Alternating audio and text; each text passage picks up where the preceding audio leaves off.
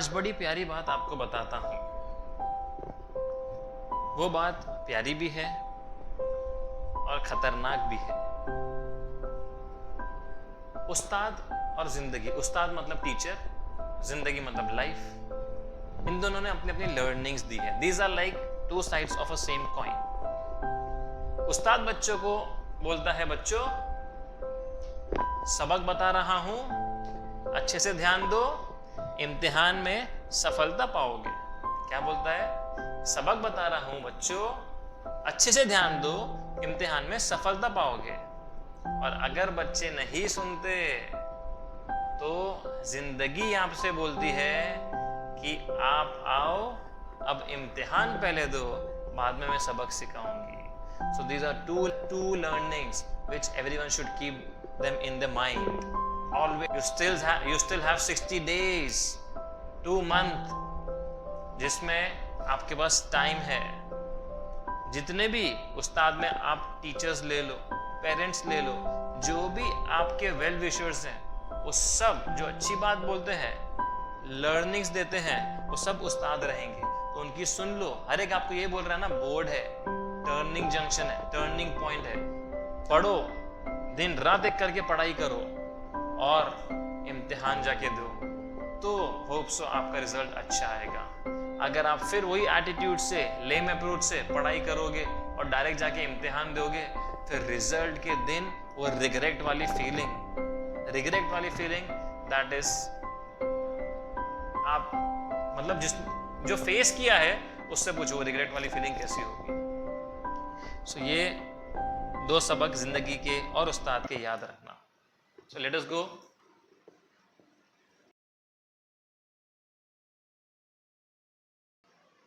Mechanical properties of fluids. Fluids क्या होते हैं? सबसे पहला सवाल ये। मैकेनिकल प्रॉपर्टीज का तो सेम नाम पे, ऑलमोस्ट सेम नाम पे एक चैप्टर था जो आपने 11th में पढ़ा है already, mechanical properties of solids. वहां पे सॉलिड्स की बात हो रही थी, यहाँ पे फ्लूइड्स की बात हो रही है। कितने स्टेट ऑफ मैटर एग्जिस्ट करते हैं आज के टाइम पे? There are 5 states of matter. याद रखो। कौन कौन से नाम बता देता हूं। Solid, liquid, gas, plasma and Bose Einstein. These are new. Plasma तो आ चुका है स्टेट्स ऑफ मैटर में, ये न्यूली इन्वेंटेड बोस-आइंस्टाइन ने जो of lately state of matter में आया है। तो currently there are 5 states of matter existing, जिसमें 3 बेसिक स्टेट ऑफ मैटर है, सॉलिड, लिक्विड और गैस। फ्लूइड्स में हम लोग किसको कैटेगराइज करेंगे? वी विल कैटेगराइज, फ्लूइड का मतलब होता है विच कैन फ्लो।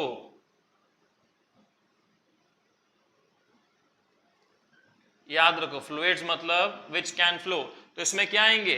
इसमें लिक्विड्स और गैसेस दोनों के दोनों आएंगे, because liquid and gas flow हो सकते हैं, सॉलिड्स फ्लो नहीं होते हैं। Solids have the rigid shape. ठीक है, 11th स्टैंडर्ड में पूरा आपने सॉलिड्स के बारे में पढ़ा है। अभी हम लोग फ्लूइड्स के बारे में पढ़ेंगे, जिसमें से major part will be focusing on liquids. यहां पे जब फ्लूइड की बात करूं तो in general fluids are those which can flow, जो फ्लो हो सकते हैं। लिक्विड फ्लो हो सकता है, इवन गैस फ्लो होती है। ठीक है, बट यहां पे हम लोग पूरा चैप्टर फोकस करेंगे लिक्विड्स के ऊपर और उसको कॉन्सेंट्रेट करके पढ़ेंगे।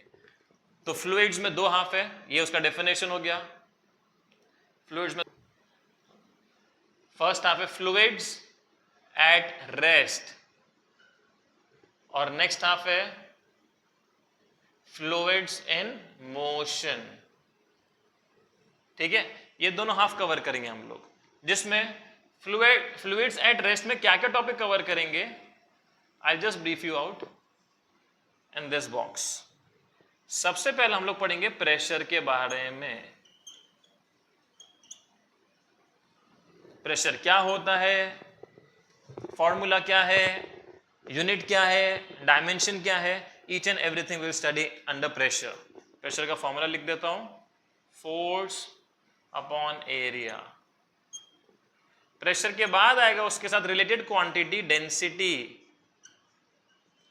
डेंसिटी क्या होता है? मास per unit volume.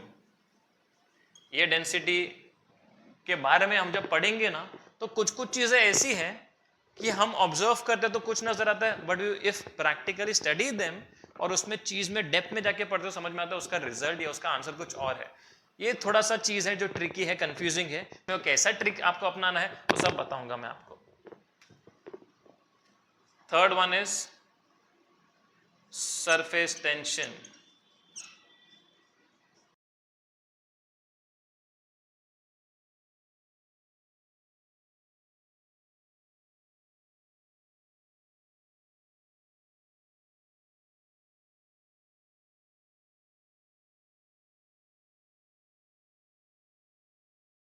Topics cover करेंगे फ्लूइड्स एट रेस्ट में, टोटल 4 टॉपिक्स। इसमें और एक है, sorry, capillary and capillary action.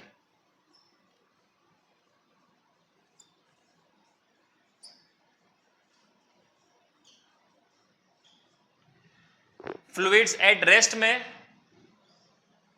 Total 5 topics है, pressure, density, surface tension, angle of contact, capillary and capillary action.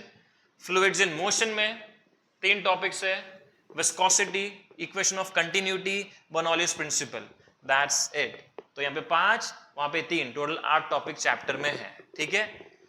कुछ टॉपिक्स एकदम छोटे छोटे, लाइक प्रेशर फटाफट खत्म हो जाएगा, इजी है। डेंसिटी भी इसके साथ रिलेट करना है।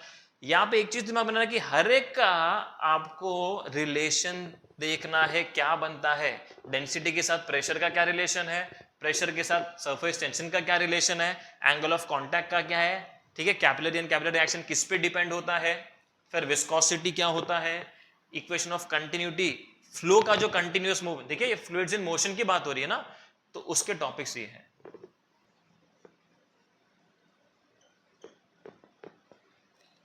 Let us start with pressure. Pressure, as you all know, the generalized formula of pressure is force upon area. तो उसी को यूज करके हम लोग स्पेसिफिक जाएंगे। अभी प्रेशर का फॉर्मूला होता है फोर्स अपॉन एरिया। मैंने ऑलरेडी मेरे वीडियो में बता चुका हूं, ठीक है, पहले के वीडियोस में, अगर आपने ध्यान से देखा रहेगा तो, कि जो फॉर्मूला होता है एक जनरलाइज्ड फॉर्म में होता है, और टॉपिक टू टॉपिक वाइज उसको हम जनरलाइज फॉर्म से स्पेसिफिक फॉर्म की तरफ जाते हैं। इसके लिए एक क्वांटिटी के आपको मल्टीपल फॉर्मूलाज मिलेंगे। बट जब मैं बात करूं प्रेशर की, प्रेशर का जनरलाइज फॉर्मूला हमेशा डेफिनेशन के हिसाब से आएगा। याद रखना ये चीज, ठीक है। याद रखने के लिए एक चीज दिमाग में रखो, आपको लिखना पड़ेगा तो ही याद रहेगा। तो are you ready with your books, are you ready with your pen? So please note down whatever I am giving you all. Okay. So pressure becomes force upon area. मैंने इसको एक्सप्लेन कर दिया, define कर दिया, formula लिख दिया, फिर unit लिखूंगा इसका। यूनिट क्या होगा प्रेशर का, क्या होता है? फोर्स को हम लोग किस में मेजर करेंगे? न्यूटन में, जिसको एन से डिनोट करते हैं। एरिया को किस में मेजर करेंगे? मीटर स्क्वायर में, जिसको हम लोग क्या बोलते हैं? पास्कल। ओके। इसका डायमेंशन उसके हिसाब से ये आप लोग लिखेंगे, डायमेंशन LMT क्या होगा, you will be writing this down. Okay. तो ये हो गया प्रेशर। अब मैंने बोला प्रेशर को स्पेसिफिक फॉर्म में जाना है, रिलेटेड टू फ्लूइड्स। फ्लूइड्स के हिसाब से प्रेशर का क्या एक्ट होगा, कितना एक्ट होगा, सब कुछ देखना है। So our first topic is pressure due to liquid column.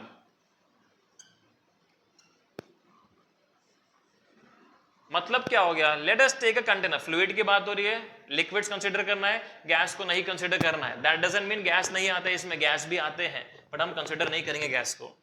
So pressure due to liquid column, मैं एक है ना वेसल ले लेता हूं, ठीक है। This is a vessel which I have considered. इसमें क्या करता हूं मैं, यहां से लिक्विड एक पाइप के थ्रू या किसी के थ्रू में लिक्विड पोर करता हूं इनसाइड द वेसल। तो जब लिक्विड पोर करूंगा up to a certain height, suppose करो लिक्विड फिल कर लेगा अपने आप को ये पर्टिकुलर हाइट में।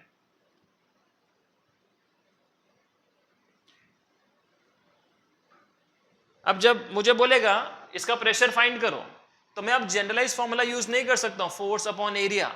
समझ में? फोर्स कितना फोर्स है उसमें और कितने एरिया में लग रहा है, मुझे अब स्पेसिफिक जाना है। ओके। क्योंकि आप देख सकते हो ये पूरे कंटेनर में इतना हिस्सा लिक्विड ने ऑक्यूपाई किया है, तो यहाँ का प्रेशर कंटेनर पे अलग एक्ट होगा, और इतना हिस्सा एयर ने ऑक्यूपाई किया है। एयर की density compare to water is less, तो यहाँ पे प्रेशर एक्सर्शन बहुत कम होगा, निग्लेजिबल अमाउंट, जिसको हम लोग निग्लेक्ट करेंगे अनलेस एंड अनटिल मैं उसको एटमॉस्फेरिक प्रेशर से कंसीडर नहीं कर रहा हूं। तो एक कंटेनर एक रूम में है, लैबोरेटरी में है, ठीक है, तो हार्डली कुछ प्रेशर एक्ट होगा वहां का कंपेयर टू लिक्विड पार्ट। तो pressure due to liquid column, liquid column किसको बोलते हैं? यहां तक जो भरा हुआ है ना लिक्विड लेवल, उसको लिक्विड कॉलम बोलेंगे।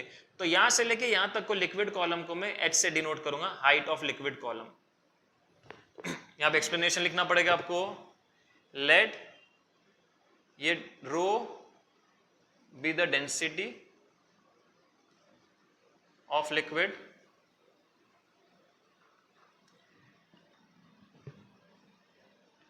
you'll have to write consider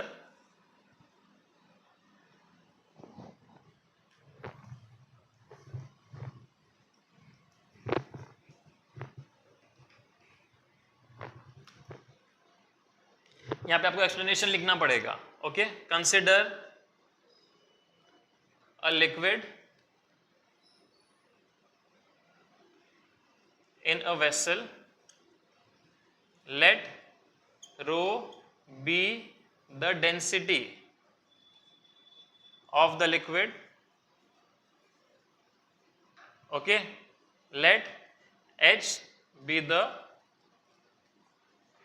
height of liquid column. अब therefore by defined formula of pressure, pressure का डिफाइंड फॉर्मूला क्या है? P equals to F upon A, force per unit area. समझ में आया? अब ये फोर्स को मैं किस अंदाज में लिखूंगा? कैन आई से force is nothing but mass times gravity, और एरिया को एज इट इज लिखता हूं.